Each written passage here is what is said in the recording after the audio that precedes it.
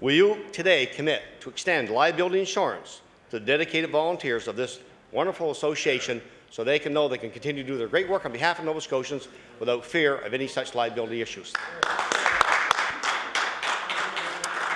The Honourable Minister responsible for EMO. Thank you, and thank you very much for the question. This issue, when it was brought forward to me, at the extent that it is, was like an onion. When I started peeling back the layers, I found out that this issue has been going on for 15 years. The issue of insurance is definitely going to be taken care of. We are going to be... excuse me, Mr. Speaker. I know that I'm to respond to the honourable member's question, but I would like to also add from a comment coming from the floor that I did not know the extent of this problem. I'm finding that it is a problem that's been long-standing. It's been a 15-year situation. There was no budget line in the budget coming in May 4th for any issue of insurance or any extra funding for ground search and rescue. So what I'm saying, and I would like to answer the question with this. I am meeting with the President, and I will be meeting to explore options, and the support of ground search and rescue is a mandate for me and for this government. Thank you.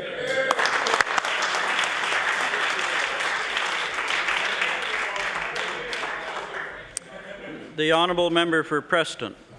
Thank you, Mr. Speaker. Mr. Speaker, my question is for the Minister of Economic Development and Rural Development. One of the most important things that government can do for business Nova Scotia, especially small business, is providing mentoring services. If entrepreneurs are assisted with such things as development business plans, they can be set up for long-term success. My question to the Minister is, who are the people mentoring businesses, and what is their experience and background in the private sector? The Honourable Minister of Economic and Rural Development. Thank you, Mr. Speaker. I'm pleased to rise to my place. The response to the question is that NSBI does a very good job on mentoring people in business. They have a wealth of people from a diverse background in the business community. And also through Economic and Rural Development, we also have a mentoring program there as well.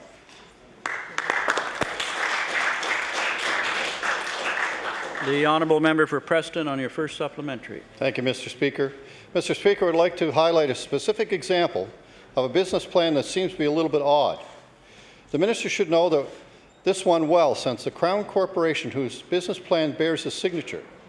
When I was looking at the business plan for the Nova Scotia Art Gallery, what jumped off the page was a projected revenue increase to the gallery shop of 862% over last year's actual revenues. Within the plan, there was no mention of how they plan to accomplish this, and there is no justification for such a drastic change in revenue. My question is, since the Minister has previously stated how important the business plans are and how important mentoring is he able to explain the dramatic increase in revenue? The Honourable Minister of Economic and Rural Development. Thank you, Mr. Speaker. And the Nova Scotia Art Gallery has been operating over the last number of years with deficits. This is nothing new for the Nova Scotia Art Gallery. One of the things that the Art Gallery is doing is they are preparing a business plan because they certainly have grand plans for the future, and my request or my access to the Nova Scotia Art Gallery is to come forward with those business plans once they're complete. The Honourable Member from Preston on your final supplementary. Mr. Speaker, I looked into this issue myself and found that there is no expected change in the operation of the gallery shop. The numbers reflect a change in how salaries are allotted in the budget. Nowhere does the business plan speak of the fact that the Minister of Tourism, Heritage and Culture has published a document that looks like will be an extreme boost in revenues. I would like to think that the Minister of Economic and Rural Development would insist on more transparency in a planning document. This example speaks of the Minister's failure to lead by example, and is troubling since he is precisely the Minister should be taking the lead when it comes to mentoring small businesses. My question is, if the Minister is not willing to be transparent and accountable with his own business plans, How can we expect him to provide any leadership with small business mentoring programs? The Honourable Minister of Economic and Rural Development. Thank you, Mr. Speaker. Mr. Speaker, both in tourism, culture and heritage and in economic and rural development, I place great emphasis on the staff that are employed there. I got the utmost confidence in the staff. They work with people and individuals and organizations such as the Nova Scotia Art Gallery, such as people from the private sector. They provide a mentoring. We also have, Mr. Speaker, we have the options within the, we have the small business storefront operations as well. We've got RDAs. Mr. Speaker, we are well equipped in this province to not only offer day-to-day mentorship, but also offer guidance for those individuals and organizations that are producing business plans. We do that, we will continue to do that, and the staff do that very well.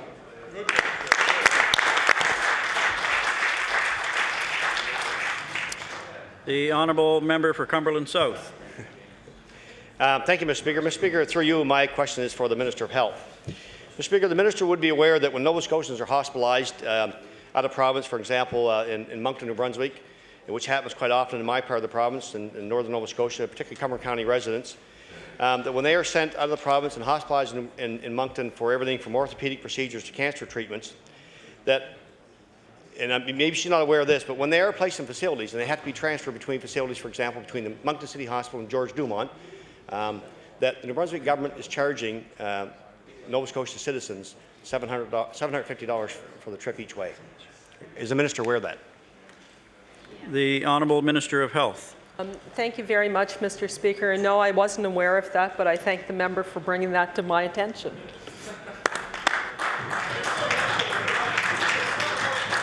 The Honourable Member for Cumberland South on your first supplementary. Well, thank you, Mr. Speaker. I have a feeling that was the easy part. I want to table some billing, Mr. Speaker. That Mr. Ross Hunter and Mrs. Dorothy Hunter, his wife of Spring Hill, are facing a huge challenge today. Mrs. Hunter was hospitalized early this year in Moncton in midsummer at the George Dumont Hospital. She then had to be transported between the Moncton City Hospital and the George Dumont for her cancer treatments. Now, Mr. and Mrs. Hunter are seniors. They're on a fixed income, as I know the Minister can appreciate. And in fact, as they transferred Mrs. Hunter, Mr. Hunter offered on many occasions to take her herself, and they told him not to worry about it, that it was something that was covered. Then he found out that they are being charged, I'm sorry, it's $650 per trip each way, so a bit different from what I said. The total amount, nevertheless, I just submitted the bills, Mr. Speaker, for the Minister's approval, $7,800 they are being charged. Mr. Speaker, it's very unfair. But worse than that, Mr. Speaker, Mr. Hunter tried to convince them that he couldn't pay this. He was informed it would go to collections if he didn't pay immediately. I would ask the Minister if she would engage her staff to engage New Brunswick government staff to see if they can help the Hunters in regards to this issue. The Honourable Minister of Health. Thank you very much, Mr. Speaker. And Mr. Speaker, I will certainly have staff look into this. The Honourable Member from Cumberland South on your final supplementary. Thank you, Mr. Speaker, and I thank the Minister for that. Just for the House's information and for the Ministers, when New Brunswick residents, for example, who live in Sackville, would find themselves at the Amherst Cumberland County Regional Hospital and become inpatients, if they are transferred between that hospital and the Halifax Hospital, this province does not bill those New Brunswick residents for that service. Our rules and policy allow for those transfers as same as for Nova Scotians. So I would ask the Minister to contact again the New Brunswick government to ensure that Nova Scotia residents are treated fairly in New Brunswick as we treat their residents, and particularly intervene on behalf of the Hunters because they cannot pay this bill. They're in a desperate situation and need the Minister's help at this time. So I would ask the Minister to ensure the policy in Nova Scotia reflects New Brunswick's and also to help the Hunters if she will. The Honourable Minister of Health. Thank you very much, Mr. Speaker, and certainly I'll take the request from the member under advisement. We'll look into it. I'm suspecting, Mr. Speaker, that this is probably a policy that's been in place for some time. and perhaps was in place when the member was the member of a former government. And any information that they can provide us with respect to this, I would greatly appreciate. Thank you. The honourable member for Dartmouth East. Thank you, Mr. Speaker. My question is for the Minister of Transportation and Infrastructure Renewal. On Monday, the minister talked about funding of the new Halifax Library in his 43-minute soliloquy in response to a question about the Cabot Trail. The library is without doubt an important project, and I'm sure that most, if not all, the members of this House are very happy to see that project go forward. However, the municipality has stated that in their plans to raise their money to fund their portion of this project, they will be disposing of a number of publicly owned properties in the area. These include the current Halifax Library building and parcels which provide much needed support to the Spring Garden Road business community. Now, Mr. Speaker, last week when I asked questions of a similar nature about the World Trade and Convention Centre, the minister indicated that he would be reviewing any matter of public interest. And so I'm wondering whether he will be reviewing these proposed land sales in this matter as well. The Honourable Minister of Transportation and Infrastructure Renewal. Thank you, Mr. Speaker, and I thank the member opposite for the question. I'm glad to know that that was a 44-minute soliloquy, incidentally, not 43. You must have been in my office this morning because there is a current document that I'm looking at on this very topic, a document that we'll be going over with staff when my deputy returns from where he's representing the province and myself in Vancouver. It's an issue, of course, that's of great importance. It's an issue that's of great interest to all of us in this House and, of course, to the councillors up the Hill, and it will be taken care of in a timely fashion. The honourable member for Dartmouth East on your first supplementary. Thank you, Mr. Speaker. And I still, I guess, haven't heard the question whether he's going to review the answer, whether he's going to review those land sales. But maybe to give the minister a little bit more information, he should be aware that the Halifax Memorial Library was constructed in 1951 as a war memorial in tribute to the casualties of both the First and Second World War. And while the new library would understandably mean that the current building would no longer serve as a public library, there are many other public uses for the building, or if HRM needs the fund, I'm sure that the funds from the building, they could retain ownership and lease the building. However, it has been stated that the building will be sold and possibly demolished. So my question to the minister, does he support the sale of a public war memorial? The Honourable Minister of Transportation and Infrastructure Renewal. Thank you, Mr. Speaker, and I thank the member opposite for the question. This is an important topic, and under no circumstances we're going to in any way reflect that I am the proud son of a Canadian paratrooper that joined the forces, landed in Normandy in the North Shore, and laid in a wheat field on June 5th. So don't go down that road when it comes to memorials, when it comes to wars. We're going to make sure this is done in a timely fashion. This is something that we're going to make sure that we're going to take in a serious manner, and we're going to make sure whether it's the statue outside of that great British Prime Minister of the day, Winston Churchill, or that particular structure, it will be done in a tasteful, timely fashion.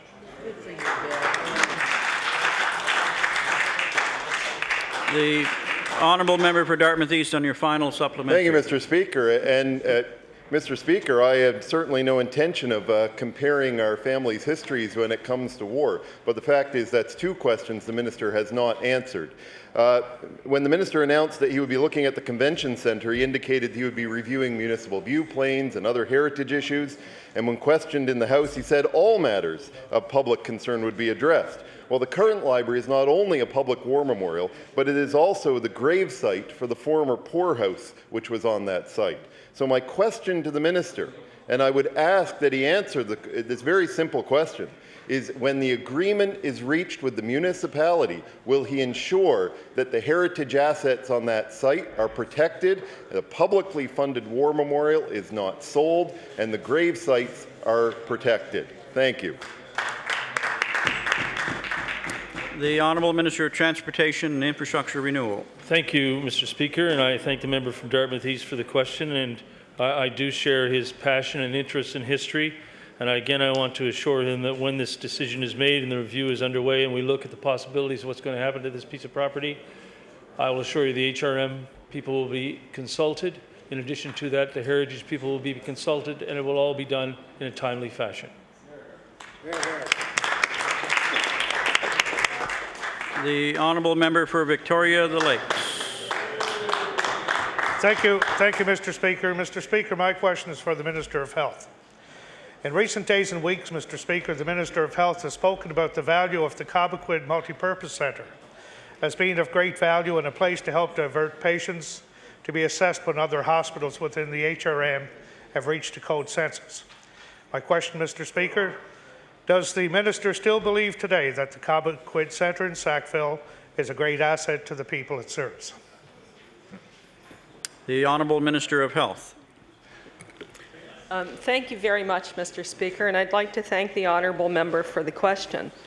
As the honourable member no doubt knows, the community surrounding the Cobequid Multi-Service Centre is a community that has grown astronomically and continues to grow, Mr. Speaker. And that particular healthcare facility, that state-of-the-art healthcare facility that is staffed by a very devoted and committed group of healthcare providers, supported by a community that values that centre, is of value in that community, is of value to the Department of Health, is of value to this government and indeed to the province, Mr. Speaker. The honourable member from Victoria, the Lakes, on your first supplementary. Mr. Speaker, the Minister also spoke about reviewing the hours of operation at the Cobequid Centre regarding its potential to be a 24-hour facility. And I believe that there's been reviews. However, the review has not been about extending the hours of operation to assess and treat patients. Its review instead has done just the opposite, Mr. Speaker. I'll table a document that instead tells EHS paramedics that they are not to bring patients to Cobequid after 8 p.m. Can the Minister tell us and all Nova Scotians how this is benefiting patient care and long waits at other hospitals? The Honourable Minister of Health. Thank you very much, Mr. Speaker. And Mr. Speaker, I'd like to say to the honourable member that what this government plans for the future of the Cobequid Health Centre is to expand the hours of operation of that centre. Mr. Speaker, we've made that commitment. We said we would do that in year one of our mandate, Mr. Speaker. We are currently in the process of doing the planning so that can occur, Mr. Speaker.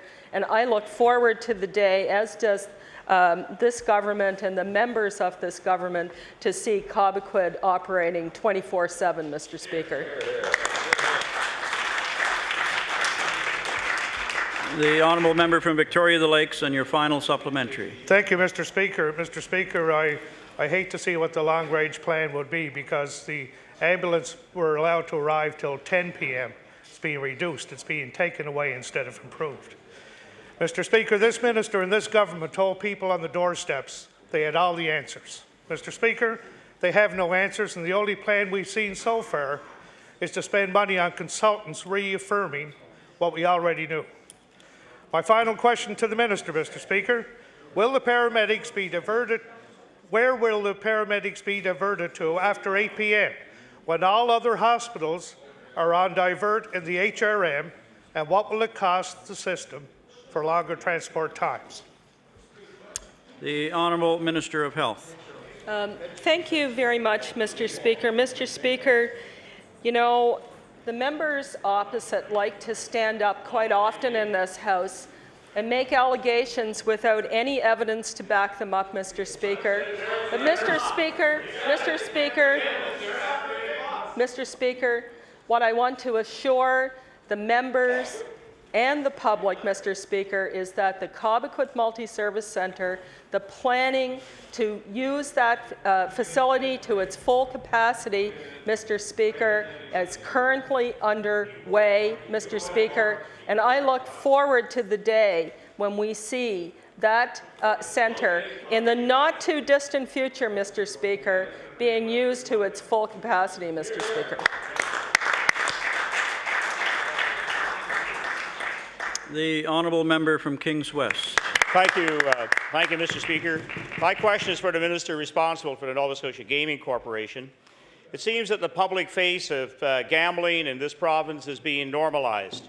The province's approach has been to show how gambling is simply one more lifestyle choice.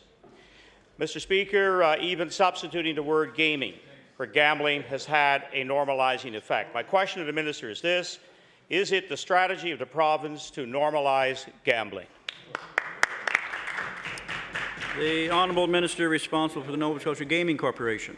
Thank you, Mr. Speaker. The gambling prevalence study done by the Health Promotion and Protection Department, Mr. Speaker, shows that the vast majority of Nova Scotians can gamble without any risk to themselves, Mr. Speaker.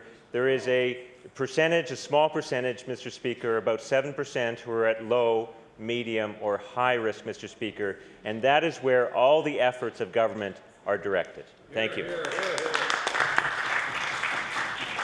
The honourable member for Kings West on your first supplementary.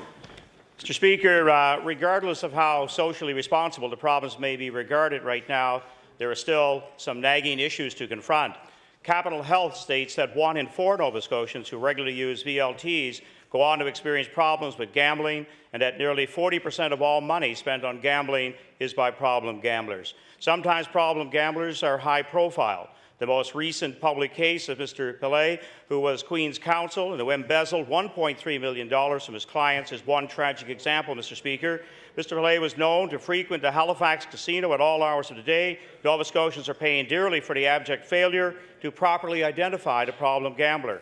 But the vast majority of problem gamblers go unnoticed, all but to loved ones who bear the brunt of the addiction and end up suffering the most. There are serious concerns and they need to be dealt with. My first supplementary is to the Minister of Health Promotion and Protection. Does the Minister have a strategy to counter the province's normalization approach and the significant damage that can result? The Honourable Minister for Health Promotion and Protection. Thank you very much, Mr. Speaker. And Mr. Speaker, I want to assure the honourable member that this government does not have a policy to normalize gambling in the province of Nova Scotia. The honourable member for Kings West on your final supplementary. Mr. Speaker, the Minister responsible for the Nova Scotia Gaming Corporation pointed out during estimate debates that the 5-year gaming strategy will come to an end this spring. A strategy that will address the concerns that Nova Scotians have with problem gambling is essential. A new approach is important in light of the recent cases, and is especially vital considering that most problem gamblers, not public figures, are more difficult to identify and treat. Mr. Speaker, my final question for the Minister responsible for the Nova Scotia Gaming Corporation is, will the next 5-year gaming strategy continue on the same path as it has, or will we see a new direction from this government? The honourable minister responsible for the Nova Scotia Gaming Corporation. Thank you, Mr. Speaker. The current 5-year gaming strategy expires in April 2010. It's had some successes and it's had some failures. It's time for this government to review that gaming strategy, and the work on that, Mr. Speaker, is already starting, and we hope that all members with an interest in gaming, all stakeholders will participate so that we can reach a provincial consensus, Mr. Speaker, on what we want to see happen over the next 5 years of our gaming strategy.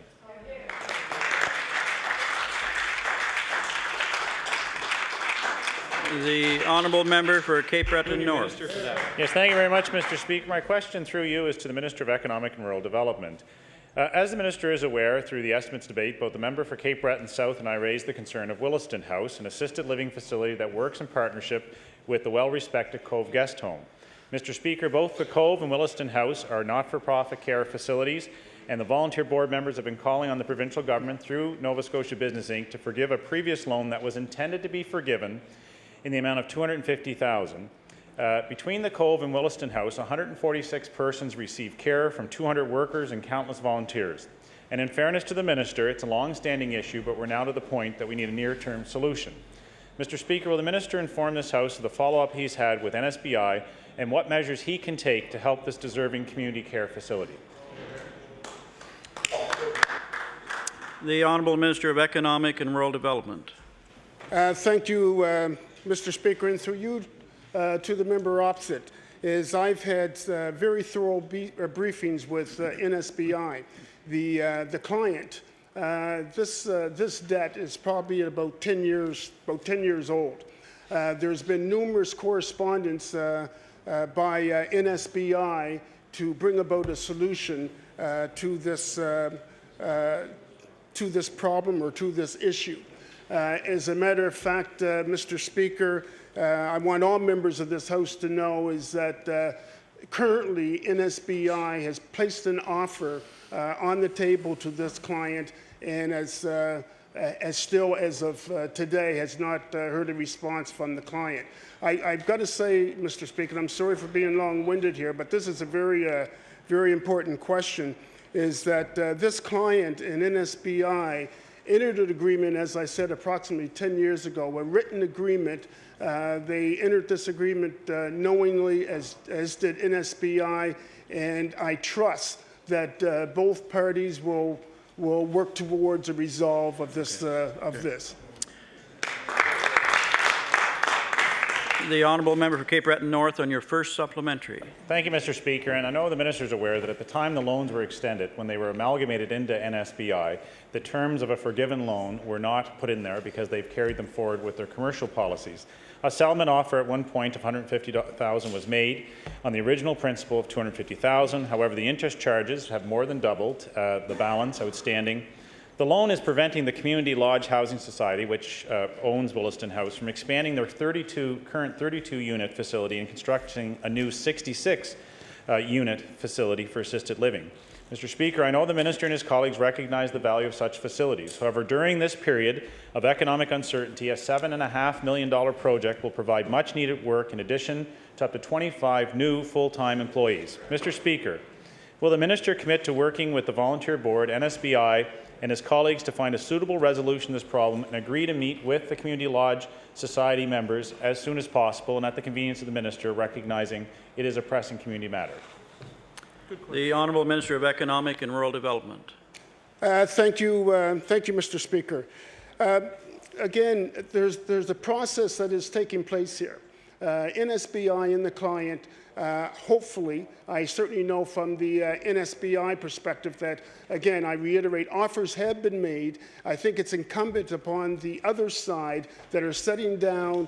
There's got to be a process of give and take, of back and forth. The evidence that I've seen thus far, Mr. Speaker, Mr. Speaker, the evidence that I've seen so far hasn't indicated that there's been a free exchange going back and forth. Again, I reiterate that NSBI has made the offer. The honourable member for Cape Breton North on your final supplementary. And Mr. Speaker, I'm not trying to trip up the minister. We had a long-standing problem, and I know former ministers were trying to work through the policies, but what we do understand is that what the minister is being told by the agency is not consistent to the amount of efforts that have been ongoing to clarify this, but more importantly, not to be hung up on volunteers that have raised money and trust for the community, for assisted living, from being able to realize an opportunity. And again, the reason for this, Mr. Speaker, and for clarity, is that the loan is a problem because the society cannot access CMHC funding with a loan that's encumbered on the same property, and they have to remove that in order to get the financing to move forward. And they're not asking for government money, they're asking to get access to capital. And again, to note, $7.5 million project at a time of economic uncertainty is not worth the government holding it up. So my final question to the minister, in fairness, is to ask NSBI, for whatever, if NSBI, for whatever reason, will not or cannot facilitate this, will he commit further to work with his colleagues in Cabinet to help find a resolution to this issue this fall so in the spring construction season can be realized and this important project proceed? The Honourable Minister of Economic and Rural Development. Thank you, Mr. Speaker. My response is that I think when you're trying to reach a resolve, I think it's very, very important that both parties talk. Again, there's been an offer made by NSBI. There's been no return conversation with respect to whether that offer is going to be accepted or rejected. The NSBI will continue to keep me updated on this file. I will be watching it very, very closely, and I would encourage the members opposite to encourage the client to respond to NSBI's requests. The honourable member for Cape Breton South. Well, we'll see if we can resolve this one. Mr. Speaker, on Thursday of last week, 38 workers in Sydney's Bell Alliant call centre learned that the doors would be shut and the centre would be closed. These 38 workers are being told that jobs are being shifted to other centres, including New Brunswick. And if they choose not to relocate, their jobs would be gone. Mr. Speaker, my question to the Minister of Economic Development, was the Minister briefed of this decision, and if so, when? The Honourable Minister of Economic and Rural Development. Thank you, Mr. Speaker. With respect to Alliant, I didn't hear about it until after the fact when Alliant made the decision that they were going to relocate some of their employees, and I heard about it then. The honourable member for Cape Breton South, and your first supplementary. I wonder, Mr. Speaker, whether you heard about it in the newspaper or whether the Bell Alliant officials called him to meet with him about the gravity of the situation regarding employment in the Sydney area. My question to the minister again is, did the minister meet with Bell Alliant to discuss the future of these employees who are being told in Sydney and other spots in other parts of Nova Scotia that they have to be relocated, some of them to New Brunswick? As the minister, I know he says he's been made aware of it. Was he talking to Bell Alliant, and did he make representation to Bell Alliant to stop that move? The Honourable Minister of Economic and Rural Development. Thank you, Mr. Speaker. Mr. Speaker, NSBI informed me about the relocation of some of the jobs and there would be an opportunity for those individuals to be relocated, and what I recall, Mr. Speaker, if I may, what I recall, I think I heard about it either the day before or the day off. That's what I recall. The honourable member for Cape Breton South, and your final supplementary. Mr. Speaker, he heard about the day before or the day after. He's not sure. I want to know, did he hear from Bell Alliant about the move of jobs out of Cape Breton to New Brunswick? And if he did hear about it, he's sitting here doing nothing about it, and all he's doing is telling this House that he heard about it somewhere, and he's not saying from who. Tell the people of Sydney that you're going to do something about it. The Honourable Minister of Economic and Rural Development. You know, Mr. Speaker, I'll try to be as clear as Order. The time has expired for oral question period.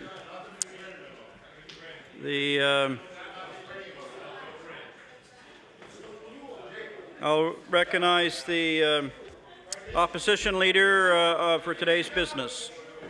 The Honourable Member for Cape Breton South. Order, please. The Honourable Member for Cape Breton South on opposition business. Thank you very much, Mr. Speaker. Mr. Speaker, would you please call Bill 41? Bill 41. The Honourable Leader of the Official Opposition. Thank you, Mr. Speaker. I'm pleased to rise and speak to Bill 41, entitled Multi-Year Funding Act. It was brought in by the member from Cape Breton South to deal with the issue that many non-profit organizations are feeling across our province when it comes to funding. It is an act that would allow that's the first time anyone's ever said that to me, Mr. Minister. It's an act that would allow a multi-year funding arrangement and funding agreements with non-profit organizations across our province. Has been brought up in this House today, the issue of dealing with heating this winter, and the fact that non-profit organizations across Nova Scotia are going to be relied upon to help those Nova Scotians who are most vulnerable to meet their heating needs this winter. It's just one example of the tremendous work that happens from nonprofit organizations across Nova Scotia. As I'm sure the Minister of Community Services is well aware, there's almost 6,000 registered nonprofit organizations in our province who do about $2 billion worth of service, with the contribution of about 400,000 Nova Scotians, Mr. Speaker. One of the challenges, though, as you begin to meet with many organizations is the issue of funding. It always comes up that the fact that they receive a budget and begin to work and meet the needs of Nova Scotians, and 6 months later they're back into the process of starting to lobby government again to see if whether or not that funding would be cut, whether that funding would be maintained, increased in the next year. What we're encouraging this government to do is build a partnership with nonprofit organizations across Nova Scotia and lay out these multi-year funding arrangements, not unlike, quite frankly, the MOU that was in place with universities. So they knew for a 3-year period what their funding would be. We believe that arrangement should take place in the nonprofit sector, reaching out to those Nova Scotians who are in our communities on a daily basis, meeting the needs of so many Nova Scotians that government has been unable to meet. We believe, if you look, that if we can lay out that funding arrangement for a 3-year period, it would allow many of these organizations to really focus on what they really want to do and what their passion is, and that is to meet the needs of the clients they are trying to serve, as opposed to working on arrangements of fundraising, how do they meet the budget in the following year.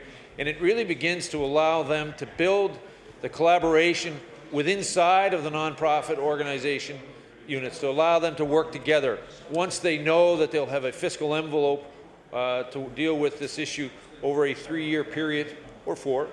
What we're asking the Minister to do is to put together a working group that she would be part of with the volunteer sector of our province, to be able to lay out the structure and who would fall under this working act, what nonprofits would qualify to lay this out.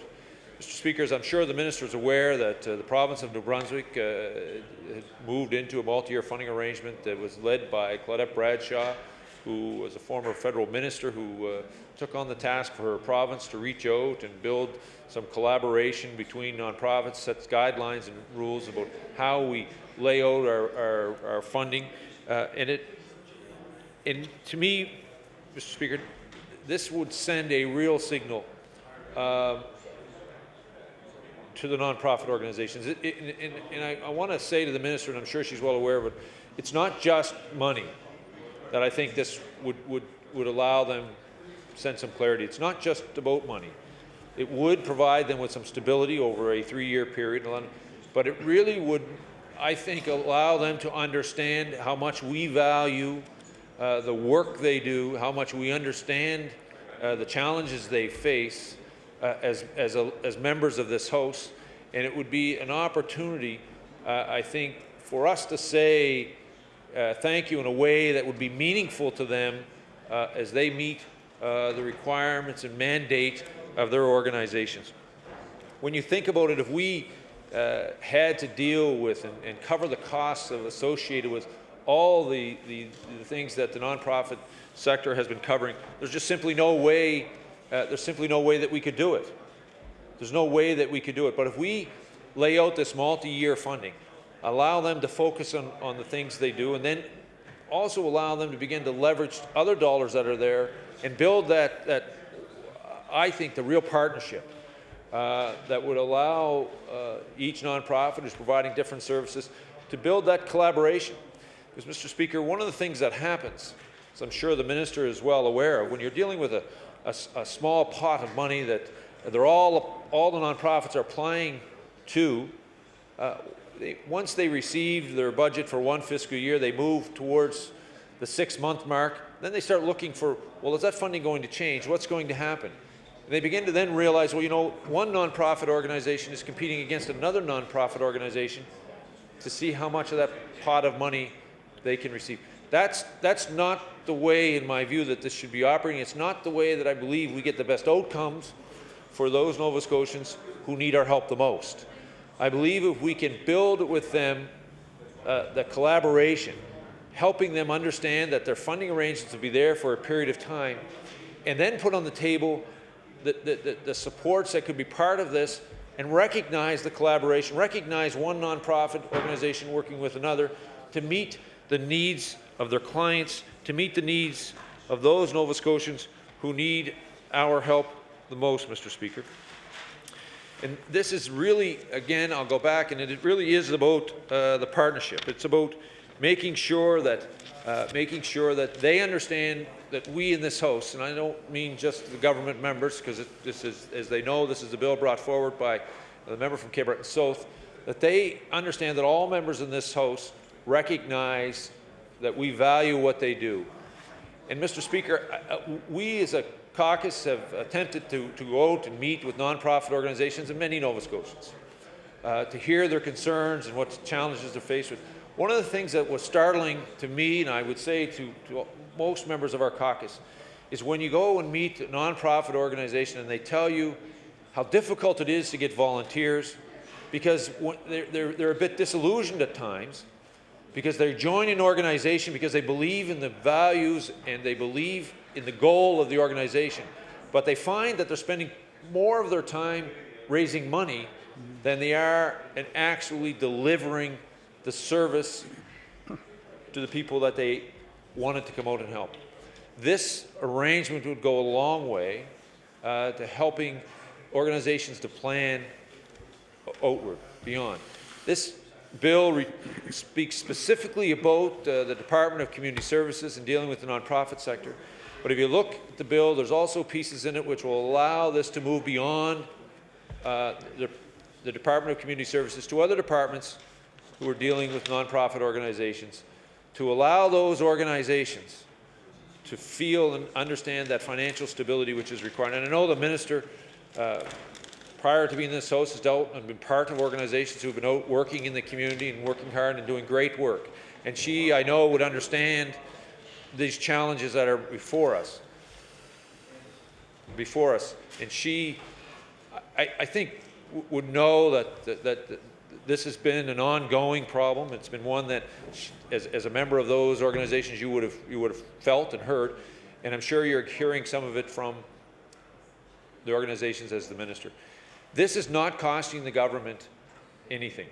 This wouldn't be costing the government. What it would be, it means that we would have to plan.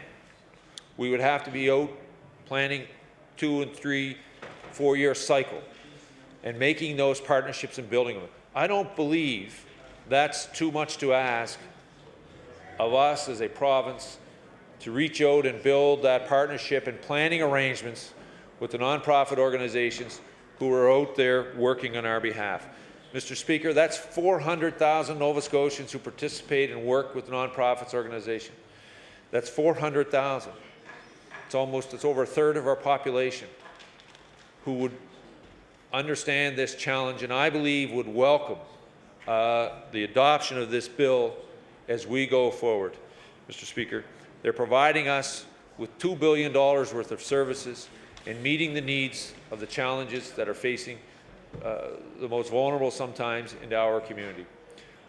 Mr. Speaker, I want to encourage the minister to seriously look at this piece of legislation not just from her point of view as the minister, but from her point of view as an active member of the nonprofit organization, from an active member of her community, and recognize the real value that is being put forth in this bill. It allows her some flexibility to craft it to the needs of her department, but it is one that I believe is long overdue, one that we should be adopting and allowing the nonprofits to move forward. With those few remarks, Mr. Speaker, I'll take my seat. Thank you, honourable member, and I'll now recognize the Minister of Community Services. Oh. The back bit goes.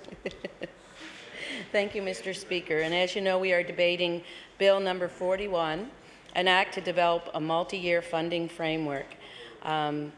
I would like to say thank you to the honourable member for his words and his comments, and I totally agree with him in the fact that the volunteers of our province are the heart of our province, and a lot of the accomplishments that are made in Nova Scotia is the fact that we have a volunteer base, and we need to encourage that volunteer base. The honourable member who put forward the bill obviously has good intentions on behalf of the nonprofit organizations who depend upon government funding for their existence, and I understand that. And I too also share the honourable member's wish to provide nonprofits with the financial stability that they are speaking of in this bill, especially when it comes to budget forecasting. In fact, I dare to say that the entire House of Assembly would share that same wish. I do understand what the honourable member is speaking about and is concerned about, because I have been very actively involved in the nonprofit sector. I have been a volunteer myself and proudly received an award from the province of Nova Scotia for the years of volunteerism that I have given to this province. And I have been a volunteer on board of directors of a family resource centre, a senior citizens home, and also many, many other different type of community-based nonprofit organizations. I have also worked in the volunteer profession with such volunteer organizations as the Canadian Living Foundation Breakfast for Learning, the Canadian Cancer Society, and the Heart and Stroke Foundation. Therefore, I am well versed in the budget challenges that nonprofits face. Setting out budget commitments over a 3-year period in advance will not always alleviate those financial issues, and this is part of the concern that I have just at this point, and that's because there's so many unpredictable occurrences in today's world that in fact there could be an emergency need or another need that was not predicted by one of the nonprofit organizations, and therefore the government funding allotment and the discussion of how much they need could fall short. I can tell you about one group that has been given some good news in regards to their budgeting, and of course we've mentioned that in the House, and that's the transition houses of Nova Scotia and the women's centres. Our government has confirmed we will provide $500,000 to those houses and centres around Nova Scotia when we deliver our budget in the next fiscal year. There are a lot of organizations across the province who receive funding from government. We recognize the valuable service these organizations provide to Nova Scotians every day. These organizations may receive funding from many sources. They may receive funding from only one source. For those organizations who receive funding from government, there are many sources within government that they receive that funding from, and not just from community services. They may receive it from education, justice, health promotion and protection, economic and rural development, tourism, culture and heritage, and from the various offices of government like Acadian Affairs, Aboriginal Affairs, African Nova Scotian, Scotia Affairs. So therefore, Mr. Speaker, any discussion about the way government funds nonprofit organization, it is much broader than just one department, particularly when one considers that many of the nonprofit organizations often receive funding from more than one department. So it complicates the ability of going forth with this particular bill at this time. We do agree that service agreements would strengthen accountability. There's no question in that. At Community Services, we are committed to developing service agreements with all of our service providers and agencies receiving funding from the department. We have implemented service agreements for such areas as Services for Persons with Disabilities program and are developing agreements with the child care sector, transition houses, and others. And that is one area that I became quickly aware of in my new position and have requested staff to go forward with those service agreements. Our staff work with these organizations throughout the year and look very closely at all of their budget needs. If a group is having any kind of particular difficulty with their budgeting or their financial situation or planning, we are always willing to work with them, and staff do work with them, and to help them to try to alleviate whatever financial constraints or barriers that they're facing, so they can continue to provide their valuable service to their clientele and to their community and to the province of Nova Scotia. Unfortunately, with the budget we had to work with this year, we were not able to provide any increase this year. I would have liked to be in the position to do more and to do it today, but the reality is that the money is just not there.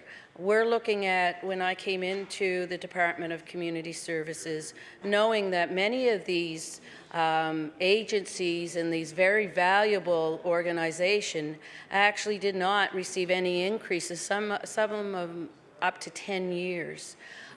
So I hear their cries for more funding, and I do realize, Mr. Speaker, that it is a very critical situation.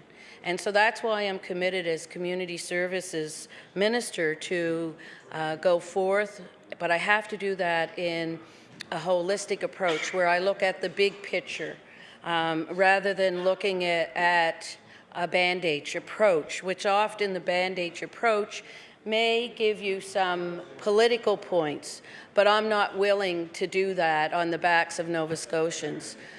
What I'm willing to do is to focus on what the true needs are and what the appropriate policies and services that we can offer that mean long-term sustainability for these nonprofit organizations, and that will also, Mr. Speaker, encourage the volunteer base. As we all know in the province, that's one of the challenges that are being faced each and every day with the volunteer sector, the nonprofit organizations, is the fact that they're losing their volunteer base. And being a volunteer myself, I understand where those pressures come from, because society, we're so busy in our everyday lives that often to find even 10 minutes or 20 minutes a day to offer to a nonprofit organization is really a struggle. So therefore, we not only need to look at the funding allocation and how it is being funded, we have to look at the total global picture and what is happening. And that means, as Minister of Community Services, is working also with the minister responsible for volunteerism, and also the same minister responsible for education, because that's one of the areas that we do need to start at a young age and encourage young children that volunteerism is a wonderful way to gain experience. So I do really understand where the honourable member is coming from. I think it's a great idea, but I think that we need some time to take a holistic approach so we make sure that the puzzle fits together, that there is not any loose pieces. That's what my concern is. Our government is committed to living within our means of the province. We will be undertaking an expenditure management review process to ensure that we are using all of our resources wisely. Part of that review will include the way we fund the many nonprofit organizations. So once we have that opportunity, as I mentioned, we will certainly look at this and what the honourable member is putting forth and all of his wonderful suggestions. So it is our government's pledge to ensure we are doing things the most effective and efficient way. and I understand that this work could be done without the creation of a legislated working group. So, therefore, as Minister of Community Service, as I said, I agree that this is a wonderful and a good concept contained within the bill, but however, at this time, I cannot support the act that is proposed because of those factors, and wanting to take that holistic approach and making sure that the end result is a sustainable result for nonprofit organizations. Thank you, Mr. Speaker. Thank you, Honourable Member. The Honourable Member for Argyll. Thank you very much, Mr. Speaker, and it's my pleasure to stand today and speak for a little bit about Bill number 41 that's been presented by the official opposition when it comes to multi-year funding. Mr. Speaker, and I thank the Minister of Community Services for speaking today because really within her department there are a huge number of volunteer organizations that are funded by her department, whether they be transition houses, whether they be youth health centers, and it'll run the gamut of housing associations, et cetera, et cetera. Mr. Speaker, and this is one issue I think that's probably been around for a number of governments, looking at ways to provide with multi-year funding to some of these volunteer organizations in most cases. Mr. Speaker, I can say that with the bringing in, started by the Liberal Party back in, I believe it was back in 1997, and then fully realized by our government subsequently, I think by 2002, which was the acceptance of GAAP, or generally accepted accounting principles, does create a bit of a problem when it comes to this act. Bill number 41 lays out basically what should be happening, what multi-year funding framework means. It means the development of 3-year consecutive fundings and service agreements between organizations receiving funding from the minister. Mr. Speaker, it lays out so that the working group shall consult as needed with the following departments: Department of Finance, Treasury Policy, Policy and Priorities Committee. And Mr. Speaker, really sets a date that the working group shall, for the purpose of developing that multi-year funding framework, develop and establish the qualifications, the funding applications, service agreement templates, and what have you. But Mr. Speaker, I think if this was an easy issue, this would have been an easy thing to do. It would have been done a really long time ago. It would have been done back in the 70s for all I know. I mean, a lot of these organizations that are funded by the Department of Community Services, a lot of them have been around for a very, very long time. And Mr. Speaker, that's sort of speaking a little bit as my experience for a number of short months as Minister of Community Services and knowing the gamut of organizations that are out there. And Mr. Speaker, as a volunteer myself, working with the fire department in Eelbrook, working as on a number of different boards, Mr. Speaker, I can say it would be wonderful to know. Wonderful to know what exactly your budget is going to be year over year and have it confirmed to you. But you try to wonder exactly how that's going to work. Also, when you look at a difficult year, and this is precipitated, I think, a little bit that the Liberal Party brings this bill in, is to a lot of these organizations were unable to get their budget lines because of the budget, the election, and subsequently sitting in this House over the last number of weeks trying to debate this budget. So a lot of these organizations are still going, I still really don't know what my budget line or what my grant is going to be. Mr. Speaker, I can say that a lot of these organizations have year over year received the same grant. So how do we actually turn that grant with history? How do we turn it into a year over year agreement? And I really can't answer that question because I'm not too sure myself. Because I know anytime that we asked for multi-year funding agreements, and there were a lot of opportunities to help out organizations. When we asked, the accountants walk in and tell us exactly why we can't do that. So I hope, as we discuss this bill, and Mr. Speaker, that this is an opposition bill, and chances are it's not going to see the light of day after we finish discussing it today.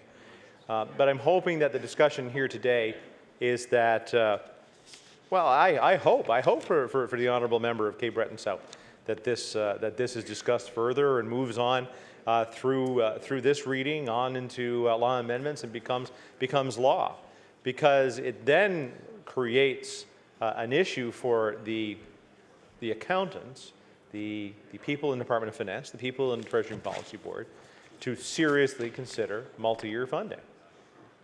Which, like I said, because of GAP, that doesn't allow them to do that. Because of the Provincial Finance Act, that you can't do this. So, Mr. Speaker, this provides a mechanism in which to move on from where we are today. You know, Mr. Speaker, we can say that, I think we've all been volunteers in one capacity or another in this province. And all of us know the importance of having some kind of dollars available to us in order to do our work. Mr. Speaker, some of the grants, though, what we see today is the grants are small. They are the same grants that have been around for a number of years. And it's always a challenge for departments to find those extra dollars in which to increase them. But I'm wondering that through this, and I hope the member from Cape Breton South can further explain this one a little bit more, of how the increases might fit into this issue, or will it talk about base funding? And I apologize for not reading this from one end to the other, but depending on what that base grant is today, are we building in an escalator on that? Just like is it based on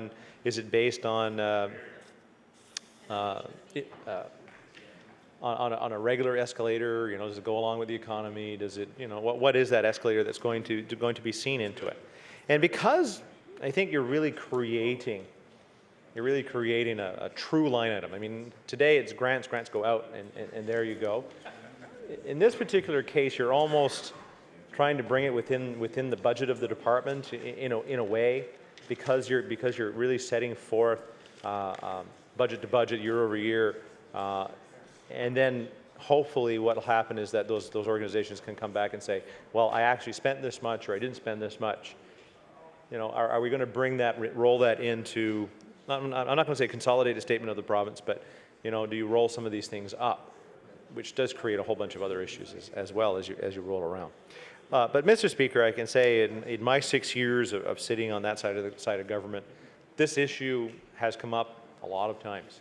And I'm sure when the Liberals were in power back in the 90s, I'm sure they had that discussion as well, exactly how to do it. And I know that they probably had some of the same accountants that came forward and told them, well, you can't do that. It's zero bean counters. I like that one too. I'll call them accountants right now. You can call them CAs, but they're not all CAs. And if you call them CAs and they're not, they get upset. But Mr. Speaker, excuse me, I'll drink a little water here. Trying not to get the affliction our leader had earlier today of losing her voice. Mr. Speaker, but if we look at the organizations, not only funded by the Department of Community Services, but let's say it'd be a trail association through Service Nova Scotia, or Health Promotion. I mean, Health Promotion as well has a number of grants to organizations as they roll around.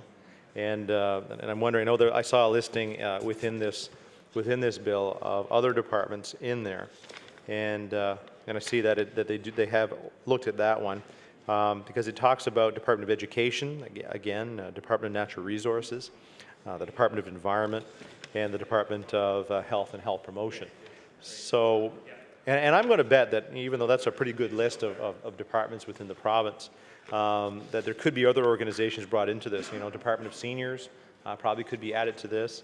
Department of Acadian Affairs, Office of Acadian Affairs could be rolled into this one as well. And even funnier, if we take the example of the Office of Acadian Affairs, with the Office of Acadian Affairs, they have a 3 to 4 year funding agreement with the federal government. Set forth with an MOU basically l'entente cadre Canada-Nouvelle-Écosse, or the Canada funding agreement. And that funding agreement talks about, over the next 4 years, we're going to supply you with X amount of dollars in order to provide francophone service, in this case, to the population of Nova Scotia, with specific government services, whether they be translation services for this House, or whether they be translation services on the Service Nova Scotia 1-800 line. So there is good precedence there to be able to utilize those dollars. So, Mr. Speaker, as I wrap up a little bit, I've got about 2 minutes here. You know, I think there's an expansion that can go with this bill. I think that, you know, even without passing this one, like I said, it will probably stop here. But I hope that the government House leader will see fit to bring this on his agenda and move it forward on behalf of the Liberal Party, and really lay down the law to our bean counters to say that we should be able to do this. And you know, it would require a little more than a letter from an organization saying I need this kind of money, or looking at financials and saying I need this kind of money.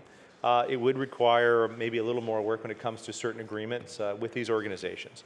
But at the end of the day, you know, maybe out of the, and I forget the number of organizations Community Services has that they provide funding to.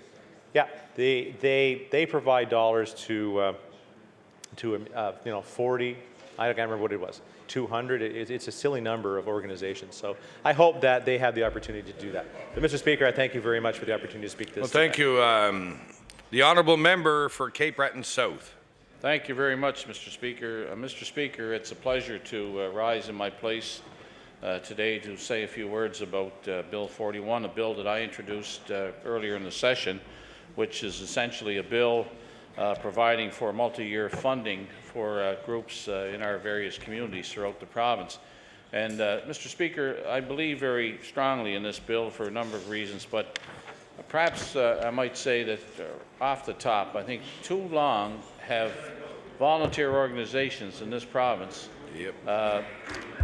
have had to rely on cap-in-hand funding at the whim of the government, whatever government that is, whether it's the current government or the previous governments or the governments to come, in terms of looking for some kind of continuity in their operations. And it's been well documented in this province, Mr. Speaker, that if it wasn't for volunteer organizations in all our communities throughout Nova Scotia, then we just wouldn't have the resources to provide a number of the programs that people have come to expect from their government and from their government and from their citizens that they serve. Mr. Speaker, when it comes to the minister outlined some of the challenges that her department will have, and not only her department but other departments of government that deal with volunteer organizations. And you know, I've said it oft times in this House that when it comes to community volunteer funding, and the same as community services funding, the bottom line should not be what the accountants and the people who are doing budget requirements say. That the bottom line should be demonstrating a feel for the need to service these groups in our province and here in Nova Scotia. Because if you add it all up, it's billions of dollars worth of work has gone on in this province that the taxpayer does not have to pay for because of these volunteers. And the minister quite rightfully pointed out that she was a volunteer, and I applaud her for that. And her, along with the other 400,000 volunteers that have been identified in Nova Scotia that make life a lot better for the rest of us here in Nova Scotia, that tend to sit here in the House and stand in our places and lament the fact that perhaps we don't have enough money for some of these organizations, but we should also be very aware of the fact that there's not enough money in the world to take the place of the volunteers that are out there providing the necessary services. But you know, it's perhaps problematic for me to understand, like, and I'll give you one example, the Big Brothers, Big Sisters of Cape Breton. They wrote the government, the current minister, looking for some additional funding, increase in funding for this year, and it disappointed me somewhat that the minister did not respond. The deputy minister responded. to the letter that came from the Big Brothers and Big Sisters. And in that letter, the Deputy Minister outlined the fact that they didn't have any money, you know, and he went through two paragraphs of saying that that what a wonderful organization it was, and then the kicker came when it said, but sorry, we can't give you any additional funding for this year. So that was somewhat disappointing, and I would have hoped that the minister perhaps would have taken that letter, called somebody from Big Brothers and Big Sisters, and said, look, I received your letter, and perhaps I'll give you 5 minutes in Halifax or 10 minutes. We have some issues here with funding, but I'm prepared to sit down and talk about those issues, and perhaps talking about a funding agenda for your organization that may see us better enabled, required, in better shape, I guess is what I'm trying to say, to give you some money next year or the year after. But no, all they got was almost like a form letter from the Deputy Minister saying, you're a wonderful organization, but so long, you're not getting any money. You know, now that wasn't as far as I'm concerned, that's something that the minister might want to correct, you know, in the future, because if somebody wrote me as a minister, I responded to the thing, and I know the minister is new at the job, and I believe she really believes in what she's trying to do, and I can sense that. I know she speaks very passionately about her job, but I think I guess my message is don't let the bureaucrats run away with the agenda here, you know, and they will if you let them. And I refer to an incident earlier today regarding Williston House in Sydney. And the minister certainly didn't get the briefing that we got, you know, on that issue. So, I mean, you have to remember who's running the show here. It's not the bureaucrats, it's the ministers opposite, and they should be taking charge of that, of the agenda, and whenever possible, at least anyway. The multi-year funding framework, Mr. Speaker, means the development of 3-year consecutive funding and service agreements between the organizations receiving funding and the minister. Now, I think the next paragraph here, the working group, is very important in this bill. And really what it says is that working group means a group established under Section 3 of the bill. And a working group is established consisting of 5 members from the Nova Scotia Volunteer Advisory Council, designated by that council, and the minister to develop a multi-year funding framework for designated nonprofit organizations funded by the province. Now, the minister outlined her concerns regarding the funding of such an agreement, and in the bill, it says that the working group shall meet and consult with the following departments and agencies and with designated nonprofit organizations in the development of a multi-year funding framework. And that would be headed by the Department of Finance. Of course, would look at the financial resources of the implications of that, and also the Treasury and Policy Board and Policy Planning and Priorities Committee. And the working group would meet with the dedicated volunteer organizations, come up with a framework so as to alleviate the problem that community groups would have about going cap in hand each and every year and really trying to do a one-upmanship on other groups. Because, yes, you know, and I think that the proposals that would come in would be judged on their merit and funded outward on their merit. I think it's a very good proposal that the government should entertain so that we get away from this uncertainty of operation. I've never seen such an uncertainty. For example, the problems that you had with transition houses, because they didn't know one day or the next whether they're going to be open. Every women's centres, you know, the one that I'm familiar with in Sydney and the others throughout the province, have got to go every year, cap in hand, and depend on the largesse of the government of the day each and every year. It's very difficult to operate in that frame of mind when you don't know whether you're going to be open next week. You know, 2 or 3 years of planned operations with planned funding would make it a lot easier for these groups to do what they're supposed to do, helping people in their various sectors, rather than continuously lobbying government for funding each and every year in order to stay afloat. So that's the situation that a lot of these groups find themselves in, including Boys and Girls Clubs, Mr. Speaker, which you're very familiar with and did a lot of volunteer work there before you came to this august chamber some years ago. And I would suspect that you're still keeping an eye on what's going on with the Boys and Girls Clubs in your area.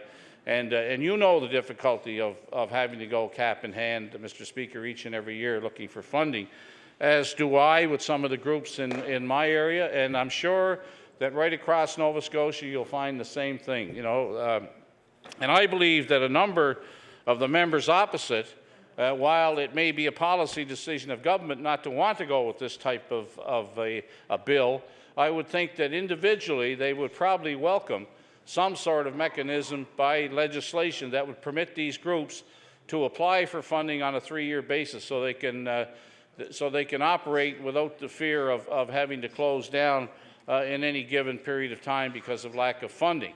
And it doesn't mean that automatically you're going to get 3 years funding. You have to put a proposal into government that makes sense.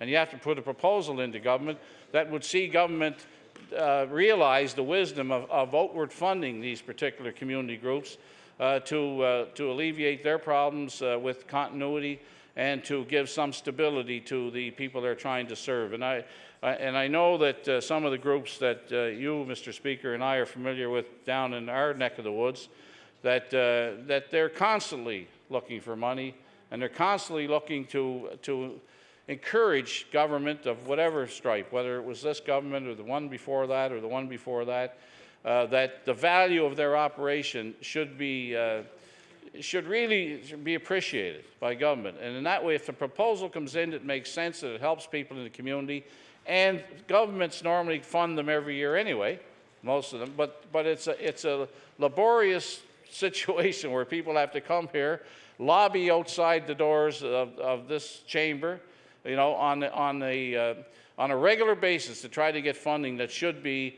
projected out to ensure the continuity of their organizations in the future. And I know my time is getting short, Mr. Chair, and I would be really remiss, I'm standing on my feet here, I would really be remiss in not moving second reading of Bill 41, so I will move second reading of Bill 41. Thank you. Thank you. The Honourable Deputy Government House Leader. Thank you, Mr. Speaker. I appreciate the members across the way for bringing this piece of legislation forward, because it is important, and I think the minister has stated the importance for her as the new minister, but the importance of the government to talk on this issue and to make sure that we understand the issue and that we're going to look at the issue. And I think the minister had indicated that that's going to happen over the next number of years, Mr. Speaker. Go ahead. The Honourable Member for Cape Breton South. Mr. Speaker, would you please call resolution number 676? Resolution number 676. The Speaker now recognizes the Honourable Member for Dartmouth East. Thank you, Mr. Speaker, and I'm pleased to stand today and speak to this resolution concerning the Dartmouth General Hospital, and I will again recognize in the gallery Dr. John O'Connor, who in fact is a retired medical doctor and has been a physician at the Dartmouth General Hospital, and I'm glad that he's here with us today. Mr. Speaker, I'd like to start by reviewing the situation yesterday in question period, which, as we come to find out more information today, question period yesterday becomes all the more frustrating. Yesterday I asked the Minister and the Premier about ministerial accountability and the short-term solutions at the Dartmouth General. And Mr. Speaker, let me first get on the record and say that I have no doubt that the Minister of Health cares about this situation. And I have no doubt that the Premier also cares about this situation, not only because it affects his own riding, but also because he was a board member of the Dartmouth General Hospital a number of years back. But I am increasingly convinced that the Minister of Health, unfortunately, doesn't understand why I'm concerned about this. Yesterday, the Minister spoke about having Dr. Ross get in there, and it was unclear whether she was talking about him visiting the Dartmouth General or another hospital, because she talked about a patient who had been at the Victoria General Hospital, which doesn't even have an ER, and she talked about, and I understand that was the patient that works at Walmart during the day, and we're still perplexed as to how somebody stays in hospital and goes to work at Walmart in the day, and I'm glad the Minister found out about that situation and as I understand it, rectified it. I'm also glad that she's been able to move a few patients out. But as if to prove my point, as if to prove my point, in moving a couple of community services patients out, what we didn't know yesterday, and had we known, I certainly would have brought this up, they were still in code census, even after moving that out. In fact, there was a code census Monday, and then one has been called this morning at the Dartmouth General again. And you know, you got to wonder here. In fact, today, despite the fact that those community services patients, that it almost sounded like the minister was trying to suggest that that's the major issue there, and I'm sure it's part of the issue. I'm confident that there's an issue there. But the fact is, there were 12 patients at the Dartmouth General awaiting admittance. 12. And it's Wednesday, it's the middle of the week at a time when the chief of staff there is telling us that this is usually a really slow time.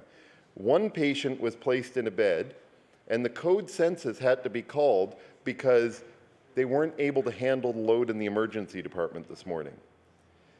They then had to place 3 patients in what they call over-census areas in the Dartmouth General. Now, let me explain to the members of the House what over-census means.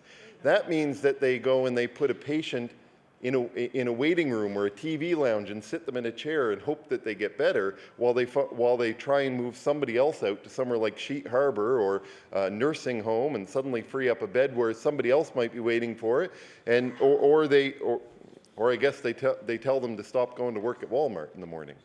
Mr. Speaker, this is a really serious issue. As of lunchtime today, there were 9 patients who had been admitted from the emergency in the Dartmouth General and were waiting for a bed. And there were 20 patients in the waiting room who they had done their first triage but couldn't be seen by a doctor because there was nowhere to put them in the emergency room. 20 patients who, you know, the doctors and the nurses who are immensely hardworking at that hospital, as they are at all our hospitals, 20 patients who could not be seen by a medical professional at lunchtime today because the hospital was no longer able to free up beds in the hospital. So, you know, I hope this explains somewhat why I'm concerned about this situation, because in the past week, there have been as many code censuses, or code oranges, or code whatever we're going to call them this week. There have been as many as there are as there have been in the average month in 2009. The minister has been the minister for 125 days, and I know that she has a lot on her plate. I'm not debating that. And as I said before, I do believe she cares about this, but I don't believe that she understands the gravity and the uniqueness of the situation at the Dartmouth General Hospital. And it's unique for another reason. Well, many other reasons. But one of the reasons it's unique is because, in fact, at the Dartmouth General Hospital, a code census is more serious than it is at the QE2. More serious. And it's because they mean different things at the 2 different hospitals. At the Dartmouth General Hospital, a code census isn't called till after they already have people waiting in hallways on stretchers and in some of these rooms. They don't call it until they've run out of places to squeeze people. At the QE2, they call a code census before they have to start squeezing people into beds. That's a fundamental difference. That means that the situation at the Dartmouth General Hospital is extremely serious. And the advice, I mean, we heard it today from the Progressive Conservatives, that EHS is telling its paramedics don't take patients to the Cobequid Health Centre after 8 p.m. to their emergency, because they won't be able to handle you. And one of the solutions offered by the minister last week was, well, you know, people are being transferred to the Cobequid Centre. Well, they can't be transferred there. They can't be transferred to the QE2 on many days, and instead we're shifting over to beds. Now, 15 years ago, and this was before the minister's time as health minister, of course, 15 years ago, the government of the day built the 5th floor at the Dartmouth General Hospital. That 5th floor, which was meant to accommodate additional beds and serve the areas of Cole Harbour, Eastern Passage, Dartmouth, and so forth, still remains unfinished. It remains all roughed in, but there are no beds, there are no units on that floor, there are no staff.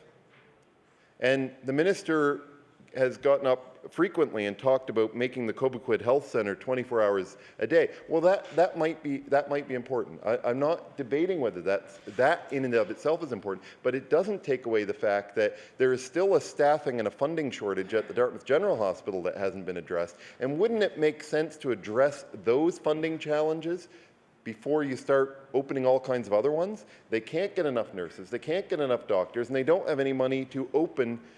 They don't have enough human resources or enough money to open and maintain the beds that were built and have been waiting for 15 years for the Department of Health to outfit them. So, you know, I've talked to a number of doctors who work at the Dartmouth General. I've talked to a number of nurses over the past couple weeks, and they all unanimously give the exact same short-term solution, because I know that Dr. John Ross is coming forward with a long-term solution, and I am eagerly awaiting for that, and I hope he offers the solutions. I really do. But, Mr. Speaker, the issue here, in my view, is that there is an immediate solution. There is an immediate problem in that hospital, and the immediate problem, every one of those healthcare professionals I've spoken to has indicated that the only immediate solution at that hospital is to add beds. In fact, the minister suggested that moving around things at the QE2 would help alleviate pressures at the Dartmouth General. In fact, that was proven wrong last week when they did exactly that, and space freed up at the QE2, and it got worse on the same day and the next 2 days at the Dartmouth General. And when I've spoken to a number of the senior health professionals at the Dartmouth General, they said to me, in fact, that the minister was wrong, and that, in fact, that has no impact. No, and never has had an impact. And I'm sure that this is the advice that the minister may be getting from staff or assistants, but, you know, it frustrates me that the minister has used that answer a couple of times in the past week, that they're going to free up beds at the QE2 Health Science Centre, and that's going to help Dartmouth, when in fact the health professionals say that's been tried over and over and over again, and it has never improved the situation. And last week, as I said, in fact, the situation worsened, which proved that case. You know, Mr. Speaker, I brought this resolution forward for the very reason that there is an immediate crisis in that hospital that is unique in the capital health system. There is an immediate issue that has to be resolved. It is not an issue that's going to be resolved by sending people to an emergency room that closes at 10 p.m. and in fact doesn't even take ambulance, or ambulance don't even go there after 8 p.m. A hospital that doesn't even have the specialists for many of the critical care cases that the Dartmouth General deals with. Mr. Speaker, I started my time by saying that I do believe that the minister and the premier care about this situation, and I'm sincere in that.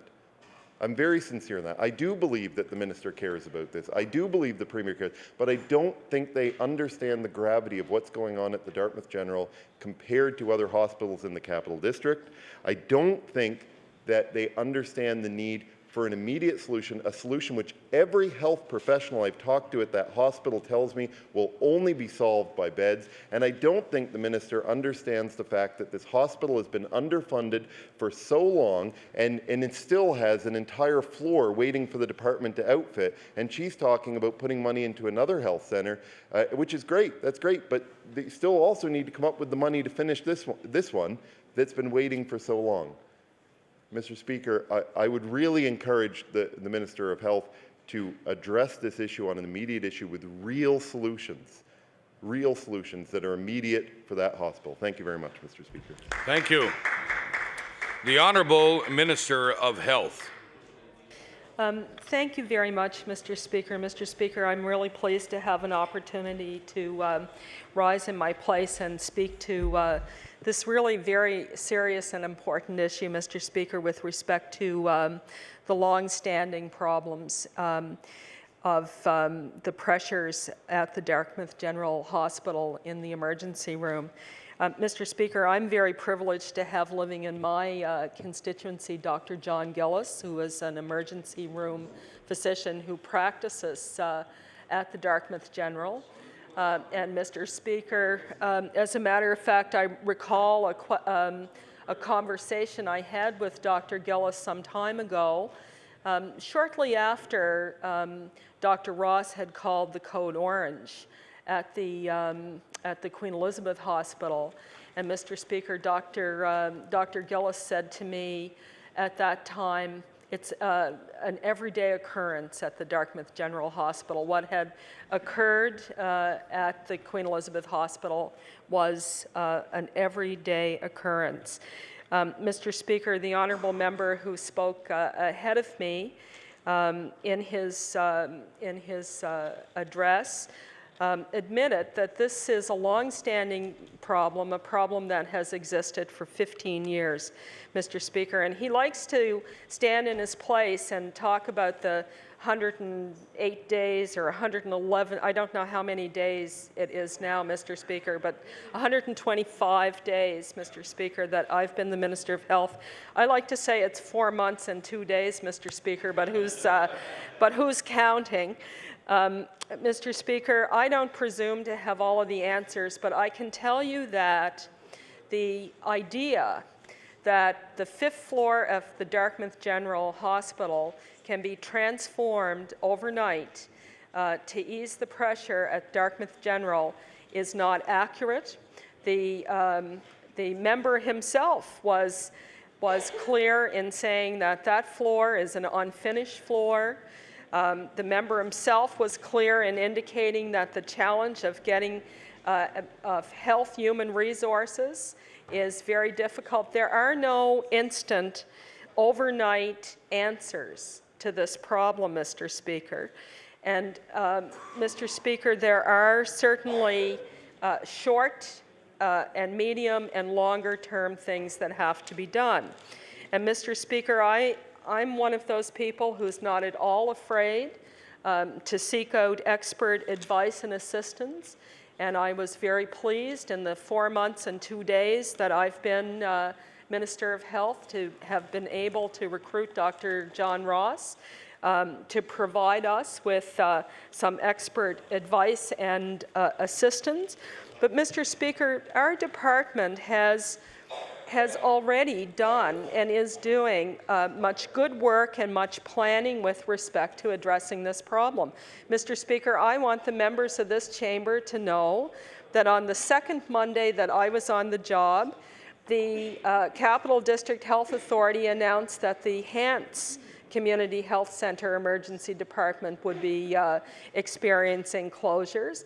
And, Mr. Speaker, we immediately met with officials from the Capital District Health Authority and through the good efforts, the excellent efforts of that DHA, including Barbara Hall, the Vice President over there of Patient Services, I believe the title is, we were able to prevent emergency room closures in Windsor.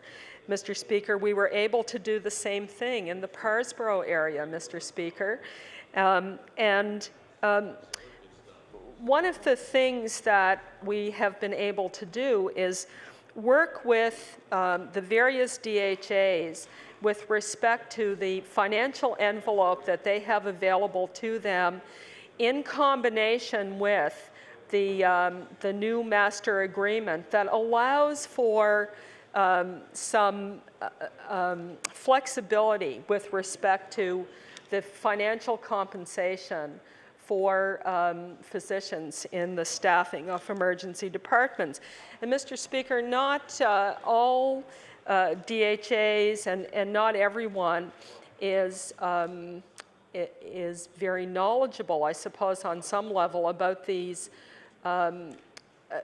tools that have been built into this new master agreement, and we make people in the Department of Health with expertise available on a regular basis around the province to the DHAs, and I have had conference calls with the CEOs of the DHAs across the province. I have indicated that keeping emergency rooms open is a priority for this government, that we want them to make that a priority. We want them to work with the Department of Health, and we'll make people available to help them look at the flexibility of financial arrangements that are there. Now, Mr. Speaker, back to the Dartmouth General Hospital. The honourable member spoke about the code census being a different variety, if you will, and having some different features than the code census at the Capital District Health Authority Queen Elizabeth site, and I understand that to be the case. I also understand that Dartmouth General only adopted code census about 18 months ago as a tool. That's what I've been told, Mr. Speaker. And I've also been told that while we need to be concerned about the pressures on our emergency rooms, and as the honourable member said, I and the Premier and this government, we are concerned, and we are working on short and medium and long-term goals to dealing with that. We also need to be careful about the impressions we leave when we talk about code census. Code census really is a mechanism inside those facilities to harness the all of the human resources, all of the healthcare workers in those facilities. When they hear about code census, it's a call to arms, if you will, to look at the use of existing resources with a view to saying, is there a bed that is unutilized? Is there someone who has been discharged that's still here? Is there someone awaiting discharge, but the attending physician or the necessary paperwork hasn't gotten done, and let's get that done because there's a backup in the emergency department and we need to do that. Let's understand what code census is all about, Mr. Speaker. Code census is about patient safety.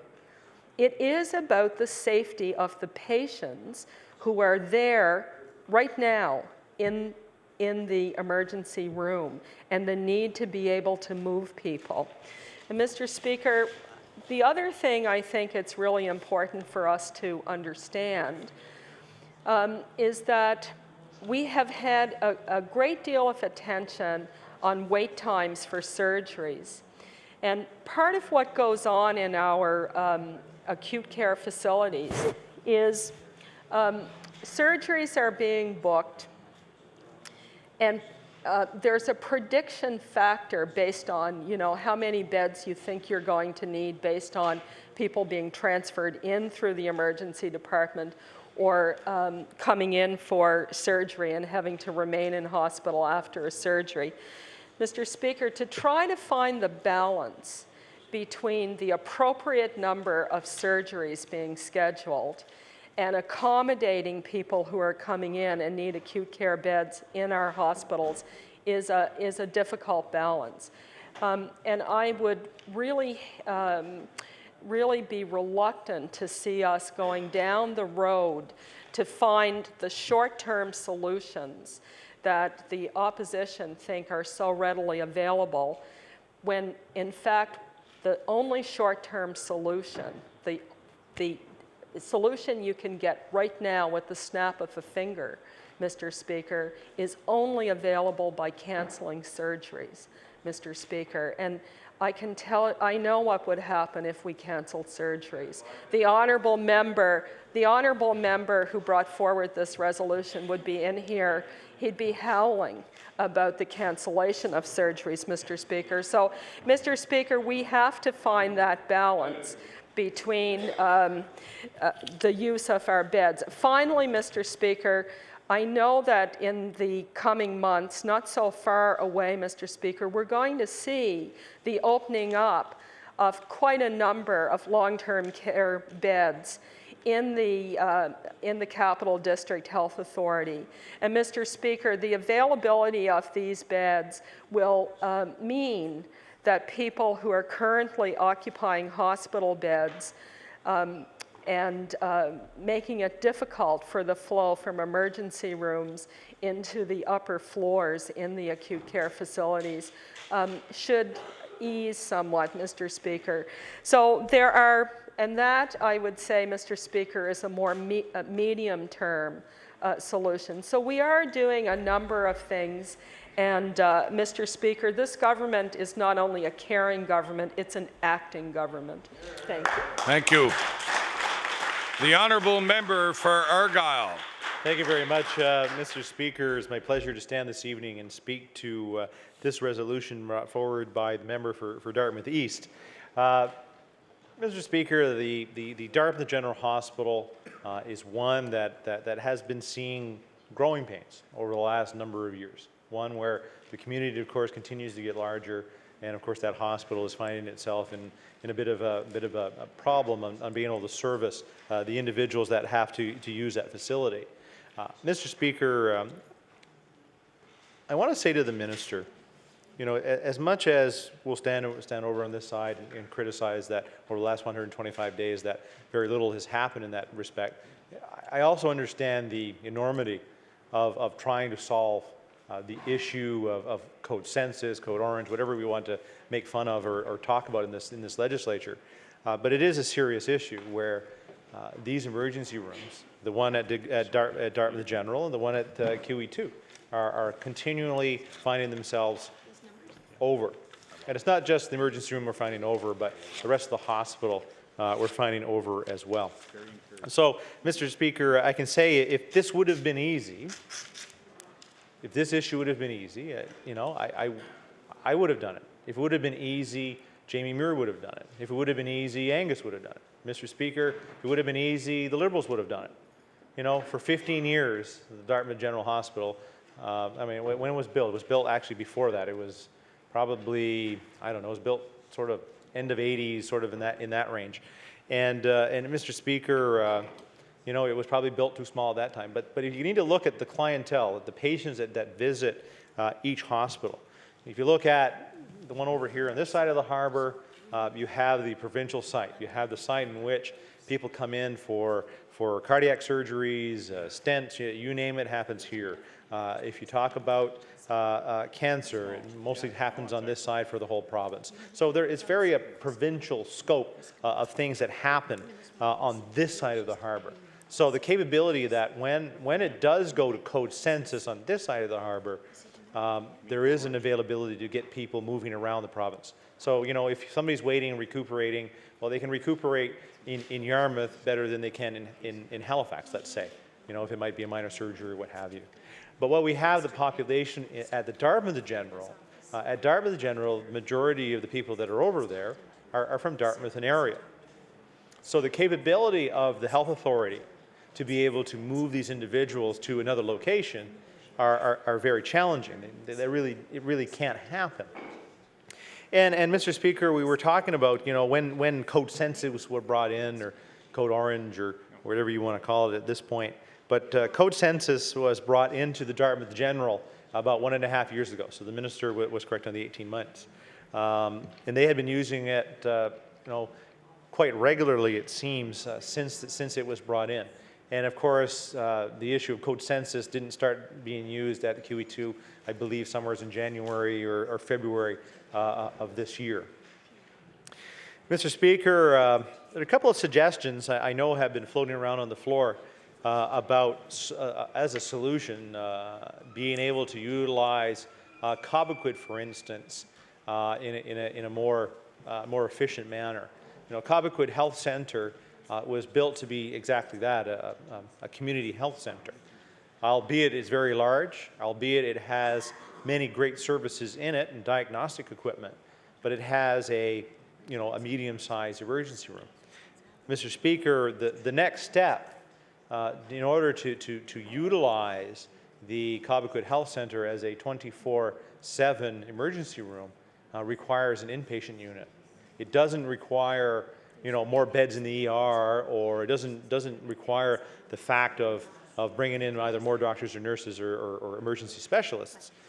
It requires an actual inpatient unit so that people can stay 24/7. It also means cafeteria services. It also means cleaning services. It also means all those ancillaries that would have to go with it in order to provide Cobequid with a 24-hour hospital.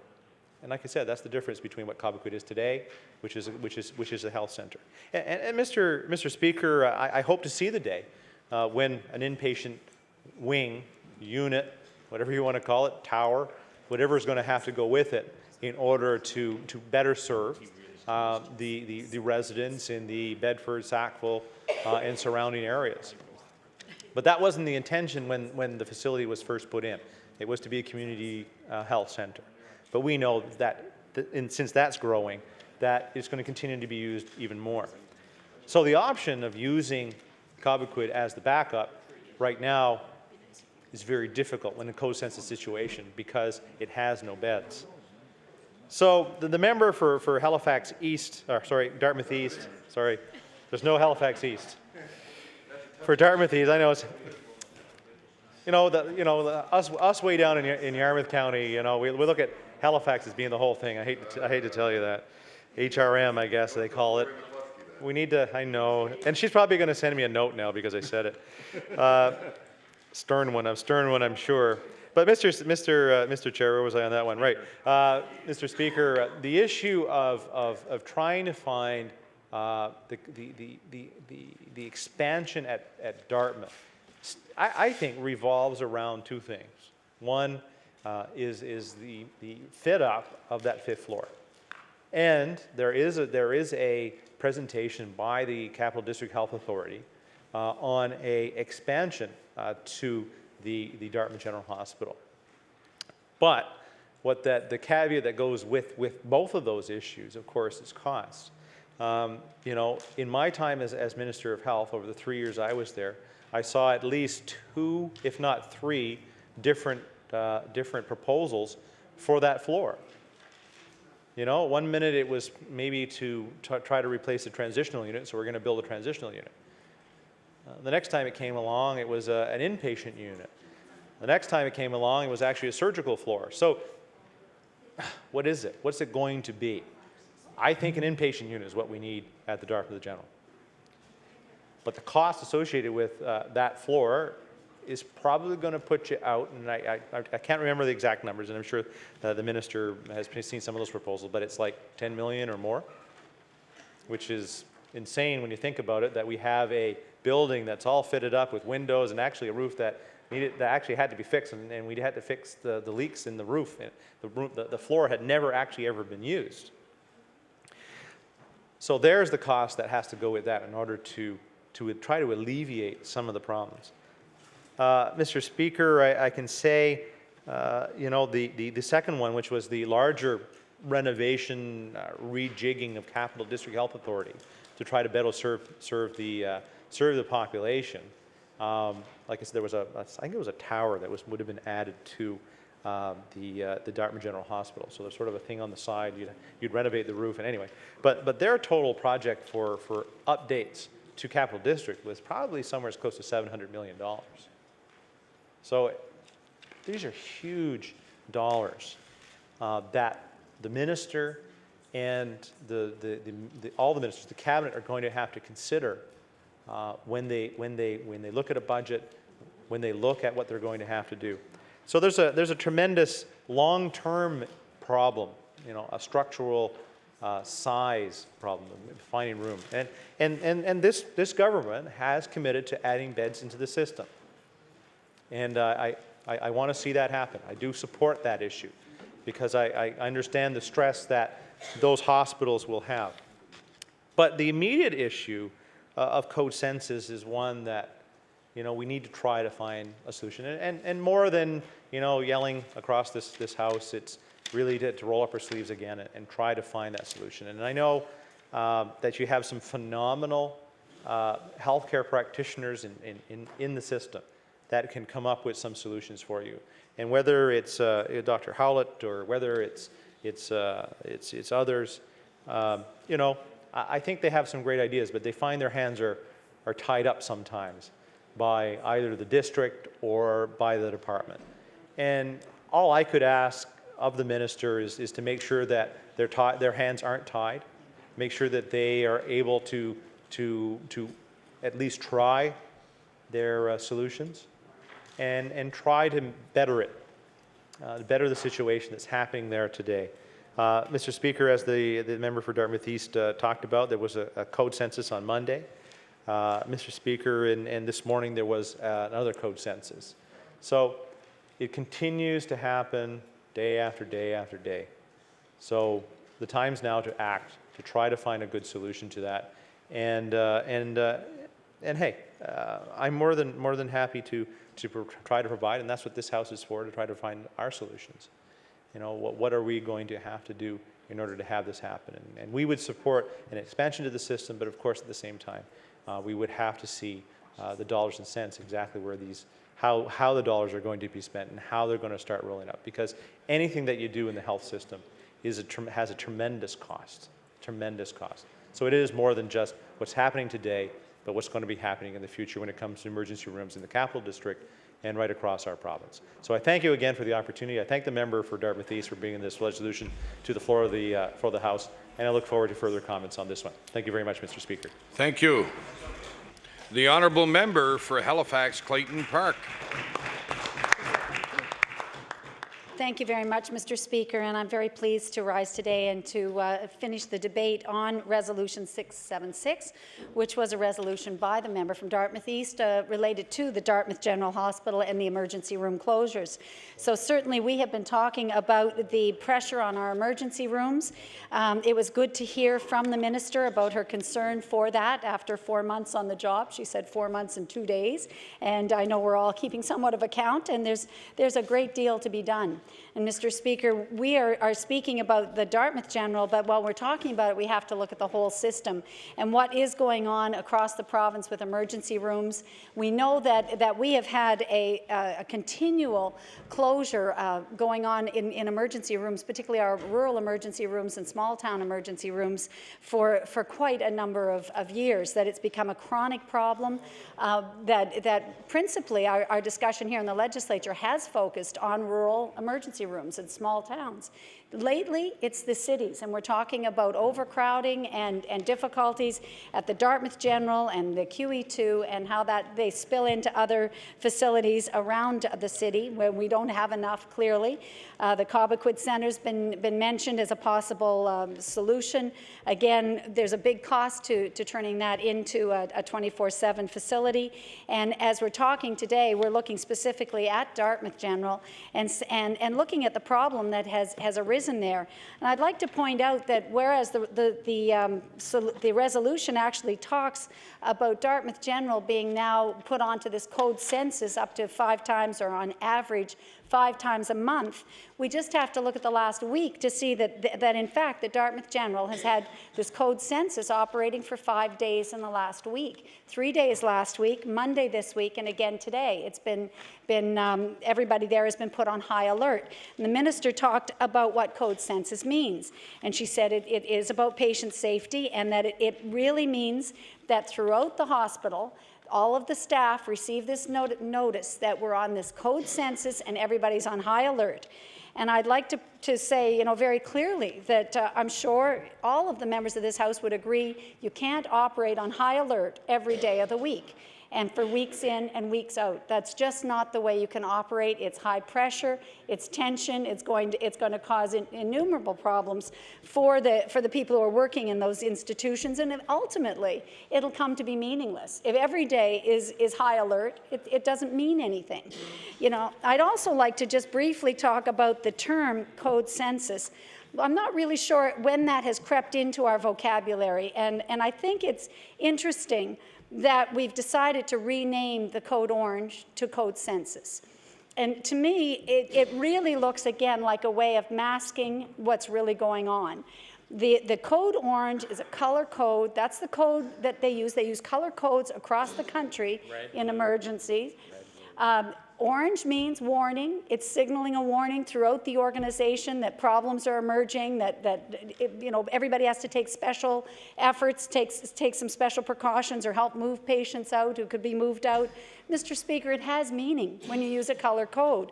And I really, I think share with others that it's completely perplexing what a code census means. It doesn't immediately send me into an alert, that's for sure. It doesn't tell me that we're on the verge of something dangerous or troublesome or perhaps unsafe for the people in the hospital. And to me, it's just trying to massage language to take some of the sting out of it, some of the reality out of it. And I really, don't think that we're wise to have adopted a terminology that is not used in other hospitals hospitals across the country, and that really has less meaning. It's similar, Mr. Speaker, to what they do in the United States, particularly the Republican Party has been well known for changing and massaging terms so that they have different meaning. A perfect example would be talking about program cuts and sort of renaming that expenditure management. Doesn't sound nearly as bad. Suddenly you've got expenditure management instead of some cuts to a program. And I think that is a certain term that the Minister of Finance is quite fond of right now here in our province, expenditure management. But we're trying to somehow water down our language so that it doesn't mean what it, doesn't have the meaning and the implications that it should have. And I think it's important to note that this code census is something that's just recently been done. Let's change the way we talk about an emergency situation where our emergency rooms are overcrowded and we don't have space for people that are arriving at our doors. Mr. Speaker, I think that really the idea of a hazard and a warning is very important. And here we are talking about our Dartmouth General Hospital having 5 days of emergency code orange in 1 week. 5 days where the staff have been put on high alert, as the minister said. And I just think that this has to be treated with a lot more seriousness than it has. And Mr. Speaker, I wanted to go back to the issue about what is the short-term, medium-term, long-term solution. All of us are grappling with this, and I heard the previous member speaking and saying it's not an easy solution, I'm sure.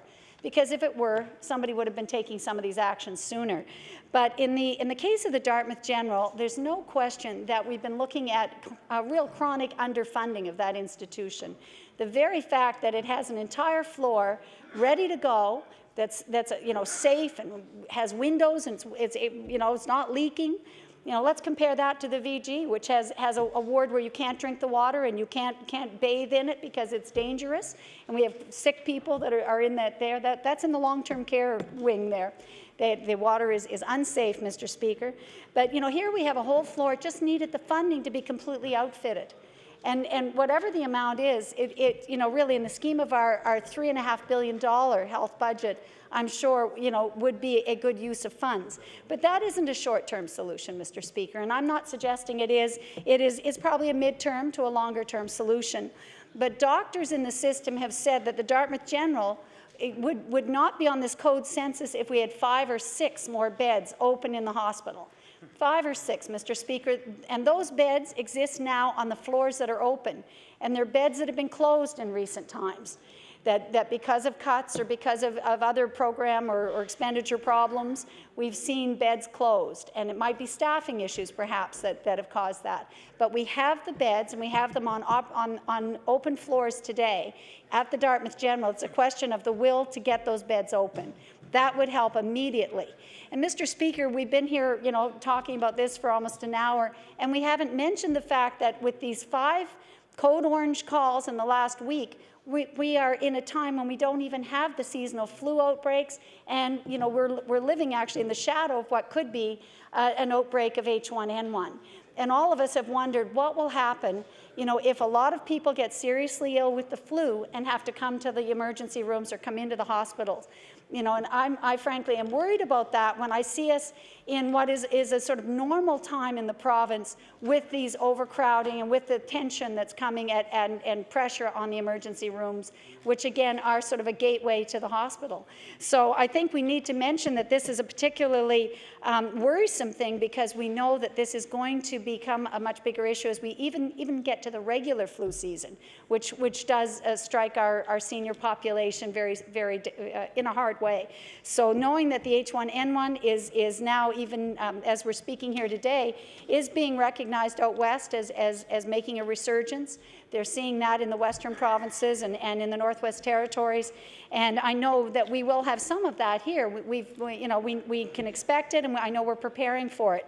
But I'm concerned about the emergency rooms as the place where people will go to seek help when they are seriously ill with that.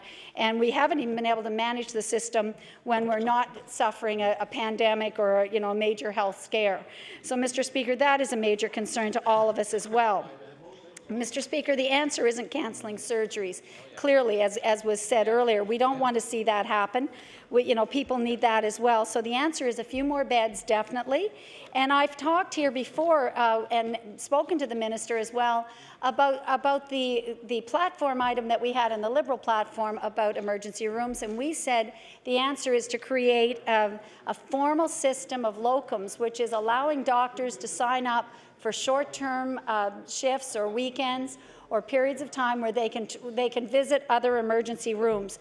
That's something that we'd like to see in place, because that's something that can be done, again, in the short term. There are doctors in this province, as I've said before, that are travelling to other provinces to provide emergency room care and cover shifts there. We could reallocate them here in our own province.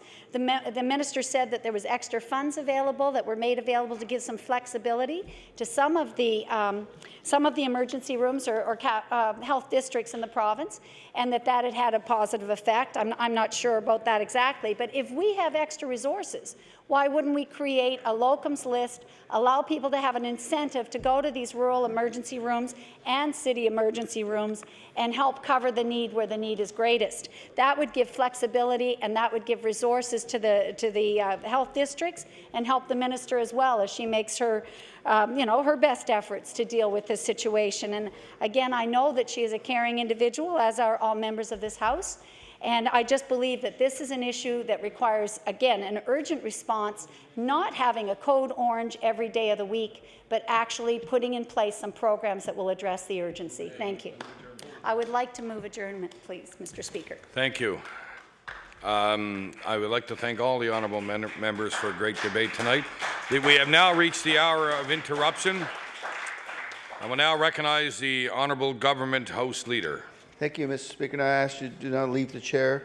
And before doing so, we'll